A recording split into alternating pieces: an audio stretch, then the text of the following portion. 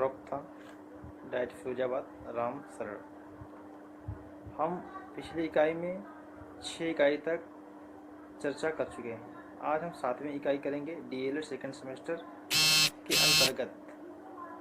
7वीं इकाई का नाम है संज्ञा, सर्वनाम, क्रिया, विशेषण, वचन, लिंग तथा काल को पहचानना। संज्ञा क्या होते हैं, सर्वनाम क्या होता है, क्रिया क्या होता है, कितने प्रकार होते हैं, इनको हम किस प्रकार से पहचान सकते हैं, इन सब इकाइयों पर चर्चा हम करेंगे इकाई 7 में। तो सबसे पहले हम आज चर्चा करेंगे संज्ञा और सर्वनाम। क्योंकि इकाई महत्वपूर्ण है इसलिए इसको हम खंड खंड में बांटकर चर्चा करेंगे।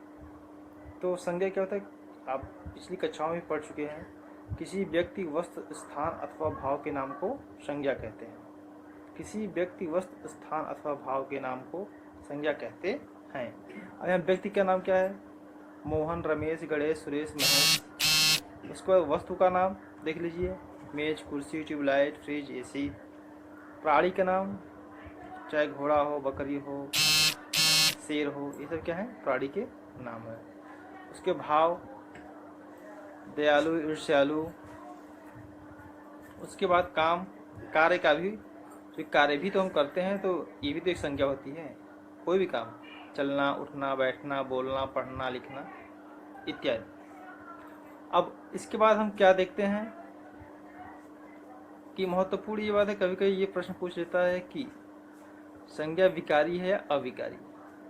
तो विकारी और अविकारी को यहाँ पर समझिए कि विकारी किसे कहते हैं। विकारी वे होते हैं जिन पर लिंग, वचन, कारक एवं विभक्ति का प्रभाव पड़ता है। लिंग या वचन कारक लगने पर उनमें क्या होता है, उनके अर्थों में परिवर्तन हो जाता है, उन्हें हम विकारी कहते हैं। विकारी में कौन कौन से आते हैं, देखिए संज्ञा आता है, सर्वनाम आता है, विशेषण आता है और क्रिया आते हैं। और उस पर अविकारी भी यहाँ पर क्लियर करिए। अविकारी किसे कहते हैं, अविकारी में प्रभाव नहीं पड़ता है। किनका, संज्ञा में जो प्रभाव पड़ता है अविकारी में प्रभाव नहीं पड़ता है। किनका प्रभाव नहीं पड़ता है, यहाँ पर देखेंगे कि कारक, विभक्ति, लिंग, वचन, कारक का प्रभाव नहीं पड़ता है। अब यहाँ पर चूंकि आज हम संज्ञा और सर्वनाम पर चर्चा करेंगे इसलिए हम अन्यत्र नहीं जाते हैं, आगे हम विकारी अविकारी की दोबारा भी चर्चा करेंगे। अब उसके बाद आता है कि संज्ञा के शब्दों का वर्गीकरण क्या होता है। संज्ञा कितने प्रकार के होते हैं, तो मुख्य रूप से व्यक्तिवाचक, जातिवाचक, भाववाचक, समूहवाचक और द्रव्यवाचक। आपके पाठ्यक्रम में 5 दिए हुए हैं, व्यक्तिवाचक, जातिवाचक, भाववाचक, समूहवाचक और द्रव्यवाचक। अब यहाँ पर व्यक्तिवाचक संज्ञा क्या है, संज्ञा के वह भेद जिसे किसी एक ही वस्तु, व्यक्ति, वस्तु अथवा स्थान के भाव का बोध हो, वहाँ पर व्यक्तिवाचक संज्ञा होता है। व्यक्तिवाचक संज्ञा वह होता है जिसे किसी एक ही वस्तु, व्यक्ति, वस्तु, स्थान अथवा नाम के भाव की संज्ञा हो, वहाँ पर व्यक्तिवाचक संज्ञा होती है। और यहाँ पर व्यक्ति चाहे वो स्थान भी हो सकता है, वस्तु भी हो सकता है। अब मेज को अगर लेते हैं तो मेज होता है, मेज तो एक ही हो मेज। अब उसके बाद हम देख सकते हैं स्थान, आपका चाहे इलाहाबाद हो, वाराणसी हो, आगरा हो, क्या है, आपके स्थान है। उसके बाद ग्रंथों के नाम भी व्यक्तिवाचक में आएंगे, जैसे कि रामायण, महाभारत, कादम्बरी, कामायनी, ये सब क्या है, व्यक्तिवाचक। क्योंकि रामायण एक है, आगरा एक है, मथुरा एक है, वाराणसी एक है। उसके बाद आते हैं हम, यहाँ पर एक चीज़ और महत्वपूर्ण है कि कभी कभी व्यक्तिवाचक संज्ञा में हम उसको जातिवाचक बना देते हैं। व्यक्तिवाचक संज्ञा में हम जातिवाचक बना देते हैं, जैसे कि उस गांव में या उस घर में एक विभीषण रहता है। तो विभीषण तो वो चला गया है, इस समय नहीं है, लेकिन इस समय विभीषण के जो गुण थे वो उनसे क्या करते हैं, तुलना कर देते हैं। हम व्यक्तिवाचक को क्या बनाते हैं, व्यक्तिवाचक को हम बना देते हैं जातिवाचक। मतलब किसी ऐसे व्यक्ति या वस्तु का जो प्रसिद्ध हो जाता है, चाहे वो अपनी विशेषता से प्रसिद्ध हो, चाहे वो अपनी बुराई से प्रसिद्ध हो, जब उसका हम अपने वर्तमान जीवन में प्रयोग करते हैं तो वो व्यक्ति या वो वस्तु हम देते हैं कि उसके जैसा हो गया है, तो वो व्यक्तिवाचक न रहकर वहाँ वस्तुवाचक बन जाता है। उसके बाद जातिवाचक संज्ञा का वह भी जिस जाति विशेष का बोध हो वहाँ पर जातिवाचक होता है। जैसे भाई, पिता, पर्वत। अब ये जातिवाचक कैसे हो रहा है देख लीजिए। भाई छोटा भी हो सकता है, बड़ा भी हो सकता है, मझला भी हो सकता है। उसी प्रकार से पिता अपना पिता हो सकता है, बड़े पिताजी हो सकते हैं, छोटे पिताजी। ठीक है। उसके बाद हम देखते हैं घड़ी आपका दीवार घड़ी हो सकता है और कलाई घड़ी हो सकता है। तो ये जातिवाचक, ये जाति का बोध करा रहा है। उसके बाद होते हैं भाववाचक। ऐसे संज्ञा, ऐसे शब्द जिससे कि किसी भाव को बोध हो, बस वहाँ क्या होता है, वो भाववाचक संज्ञा होता है। जैसे खटास, मिठास। उसके बाद अच्छाई, बुराई, अमीरी, गरीबी, ये सब क्या है, भाव पैदा हो रहे हैं। तो आपको बस यही करना है, आपको शब्दों पर ध्यान देना है कि ये भाववाचक है या व्यक्तिवाचक है या जातिवाचक। सबसे क्लियर हो जाता है भाववाचक में आप बस यही देख लेते हैं कि इससे हमें किस भाव को पैदा होता है, तो वो शब्द भाववाचक संज्ञा में हो जाता है। उसका समूहवाचक, ऐसे शब्द जिनसे समूह का बोध हो, ऐसे शब्द जिनसे समूह का बोध हो। समूह का बोध हमें होता कैसे है, पुंज। उसके बाद कक्षा की जब भी बात होगी तो वो क्या होगी, वहाँ पर जाहिर सी बात है एक बच्चा तो होगा नहीं। कक्षा की जब भी बात होगी तो 5, 10, 15, 20, 50, 100 ऐसे बच्चे होंगे। सेना में एक होगा नहीं, उसमें फिर 10 सैनिक, 20 सैनिक, 15 सैनिक होंगे। उसके बाद आता है संघ भी बड़ा होगा। गिरोह, किसी एक व्यक्ति से गिरोह नहीं बनता है। और दल, जो भी राजनीतिक पार्टियां हैं, आर्थिक, को भी एक व्यक्ति से दल नहीं बनता है। उसके बाद हम देखते हैं कि द्रव्यवाचक संज्ञा क्या है।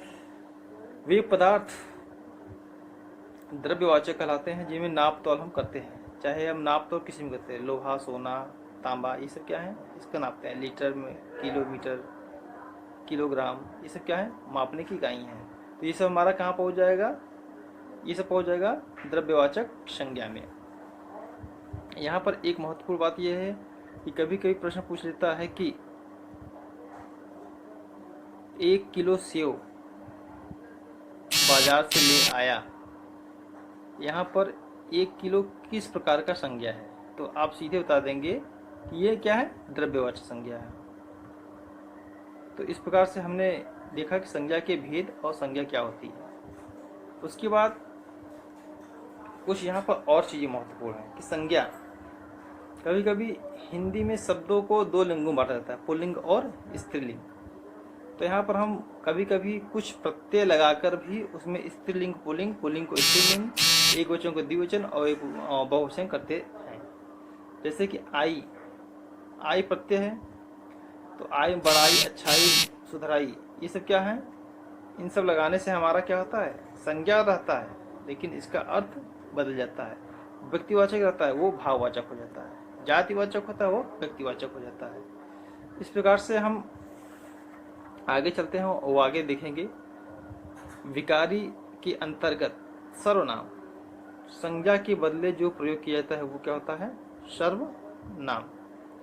संज्ञा के बदले प्रयोग जो किया जाता है वो होता है सर्वनाम, ऐसा नाम जो सब जगह प्रयोग किया जाता हो, जो सब जगह प्रयोग किया जा सके। अब यहाँ पर क्या है, भारत में अनेक नदियाँ बहती हैं, ठीक है।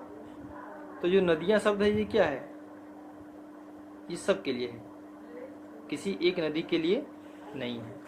अब यहाँ पर सर्वनाम में भी और देखिए क्या होता है, जो आपके पेपरों में आता है, जो कि परीक्षाओं में अक्सर पूछा जाता है। जैसे मोहन अभी आया, हमने कहा मोहन अभी आया, यहाँ पर मोहन संज्ञा है, अभी क्या है, अव्यय है, आया मानो क्रिया है। अगर हमने मोहन अभी आया की जगह पर मोहन के स्थान पर वह अभी आया कर दें तो ये क्या हो जाएगा, मोहन तो वहाँ से शब्द हटा, आ गया वह क्या हो जाएगा हमारा सर्वनाम। अब वह आया या वह आई हम कहीं भी प्रयोग कर सकते हैं, चाहे स्त्रीलिंग प्रयोग करें चाहे पुल्लिंग लिंग प्रयोग हुआ। वे आए, वे आई। वे आए मतलब पुल्लिंग में, और वे आई मतलब स्त्रीलिंग। हमें खाली क्रिया बदल रही है, लेकिन हमारा जो सर्वनाम है वो वही है। उसके बाद सर्वनाम के हमें 6 भेद मिलते हैं।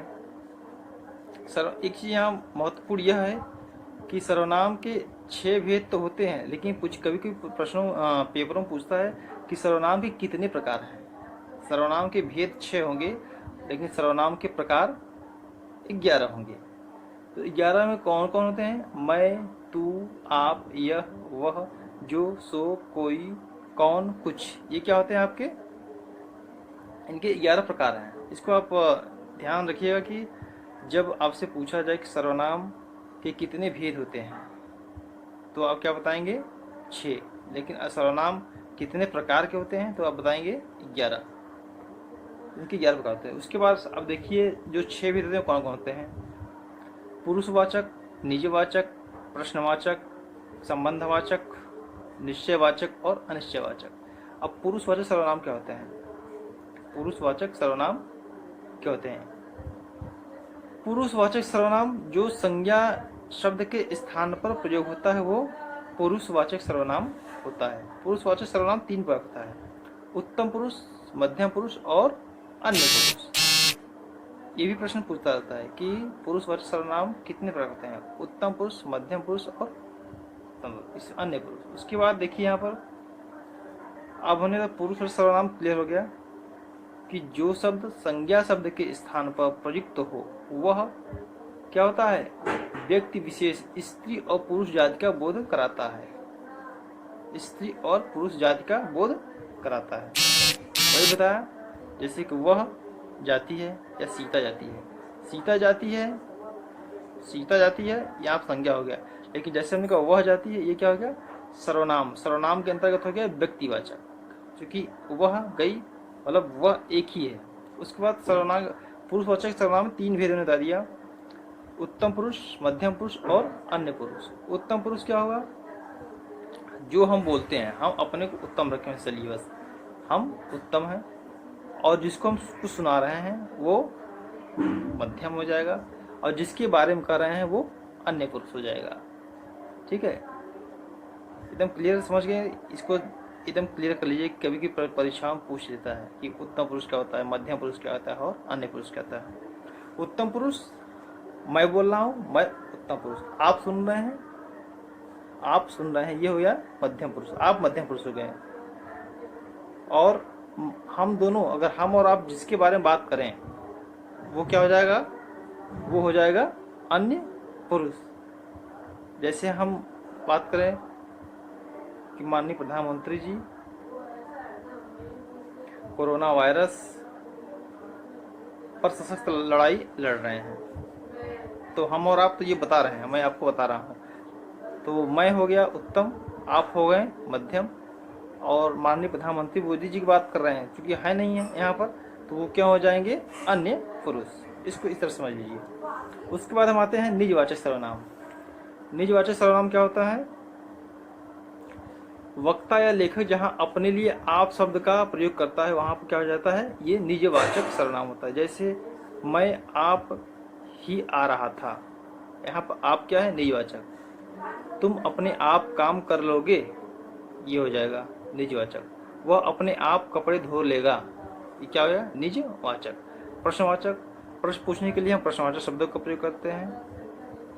प्रश्नवाचक शब्द पूछने के लिए हम प्रश्नवाचक शब्दों का, कौन, कहाँ, किससे, कितना, ये सब क्या है? ये सब अगर शब्द आ रहे हैं तो आपका प्रश्नवाचक वाक्य होगा। आप क्लियर कर लेना है। कौन, कहाँ, कैसे, कितना, कितना देना है, वह कितने बजे आएगा, वह कैसे चला गया, तो यहाँ पर प्रश्नवाचक वाक्य होगा।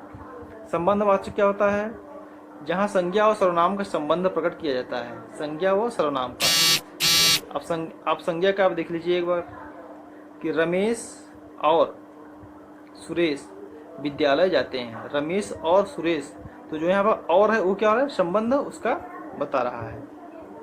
उसके बाद हम सर्वनाम में देखिए, वे दोनों और वे सब। वे दोनों और वे सब, या वे दोनों तथा वे सब, विद्यालय पढ़ने नहीं जाते हैं। वे दोनों, दो लड़के हो गए, दो लड़कियां, कोई भी होगा, क्योंकि सर्वनाम की बात कर रहे हैं हम।